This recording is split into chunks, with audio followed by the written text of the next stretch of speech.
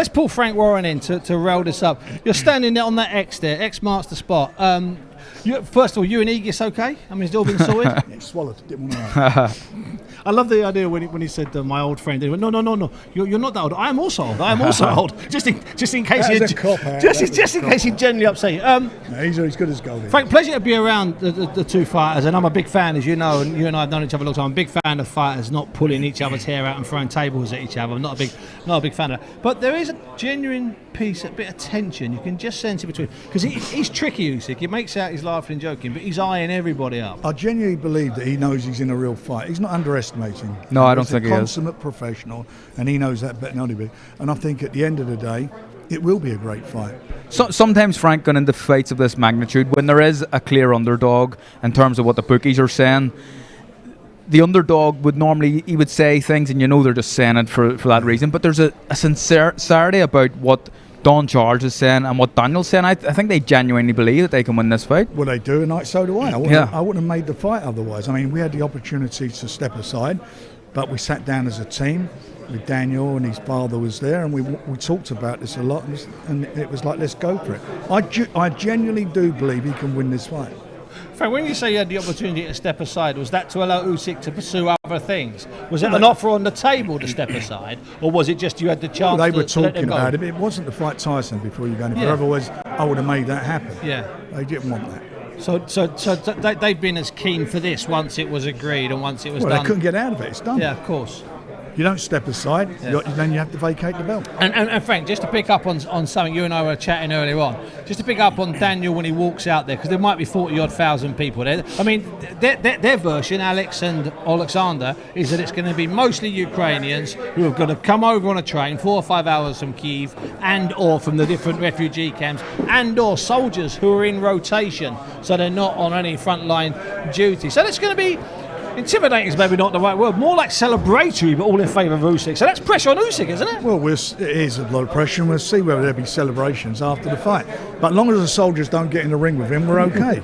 Do you think, being where it is, and Usyk being seen as this kind of inspiration to the people of Ukraine, does Daniel have to win by knockout?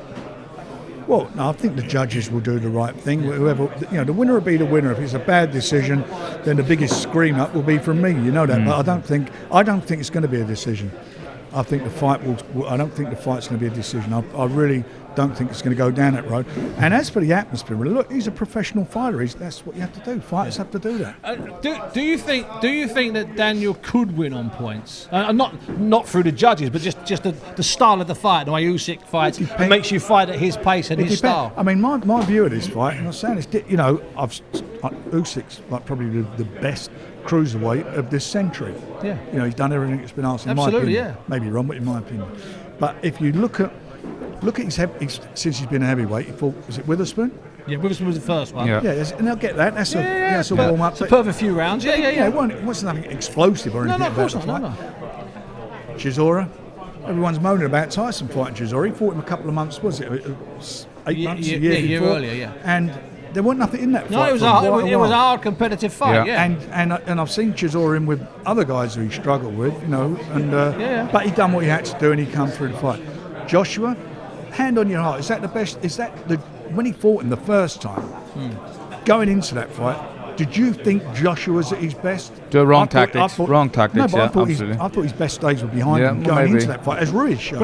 And the second fight with Ruiz, win. Yeah, but the second fight with Ruiz, he trained in his larder. I mean, he was completely out of it. So he's fought two Joshuas who looked better on the second. He looked better in his second fight. He got one on it. So then it's not like he's fought some dynamic heavyweights. So Daniel's a young guy. He's hungry, and I think he's got all the attributes. I think he can jab. He's faster than people give him credit for. He can punch with both hands. He's a very, very good finisher. Temperament, we're going to see.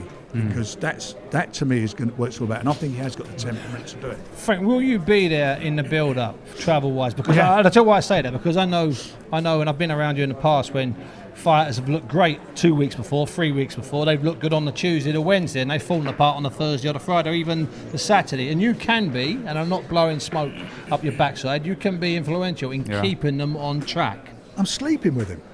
Easy, son. No, I'm with him. Hey, Do you think I'm joking? That was And just so you know, it's bunk beds. Joining We've got rooms. bunk beds, and he's up on top. No, everything we can do to give our man the advantage, we'll do. That's our job. Yeah, so make it. But once that bell goes, it's going to be down to him. It's not going to be down to me, soldiers, crowds, or anything. It's going to be down to him. And we'll know on that Thursday and Friday. We'll know if it's getting to Daniel because we've seen it over the years. You'll know when the bell back. goes. Yeah, okay, That's we'll when you're definitely gonna know then. When that bell goes, you're going to know. But I genuinely think I would have pulled him out if I would have said fight somebody else, give him another year or so. But I genuinely think it's his moment. So we'll see. You've got a great stable of heavyweights, Frank. If Daniel Dubois does pull off a shock to not a shock to you, but what everyone else is thinking, if he pulls it off and wins, what's next? Fury, a Joyce rematch. What he is after? Ngannou. Let's win it. Let's win it first. Win it first. So if he wins it, and as you say, if he wins it, then we've got a magnificent list group of fighters. heavyweights. We've got all the heavyweights that matter. And we all want, Frank, and I'll leave you with this thought. We all want at some point. We would love a Joe Joyce rematch with Daniel Dubois. Well, that's always that's be proper there. unfinished business. That's always going to be there, and let's hope that Joe does the business against Zhang. Listen, Frank, it's been a pleasure and a delight today. You've been in sparkling form, son. We've established that you're a secret UFC fan. We've established that you share out of the rooms. closet. You're out of the closet on that one. We've established that you sleep in bunk beds in Daniel Dubois' room. We keep close watch on him.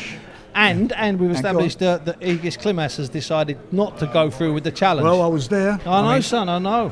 What can I say? It's been a top day. Thanks very much Frank. indeed, Frank. Thank you.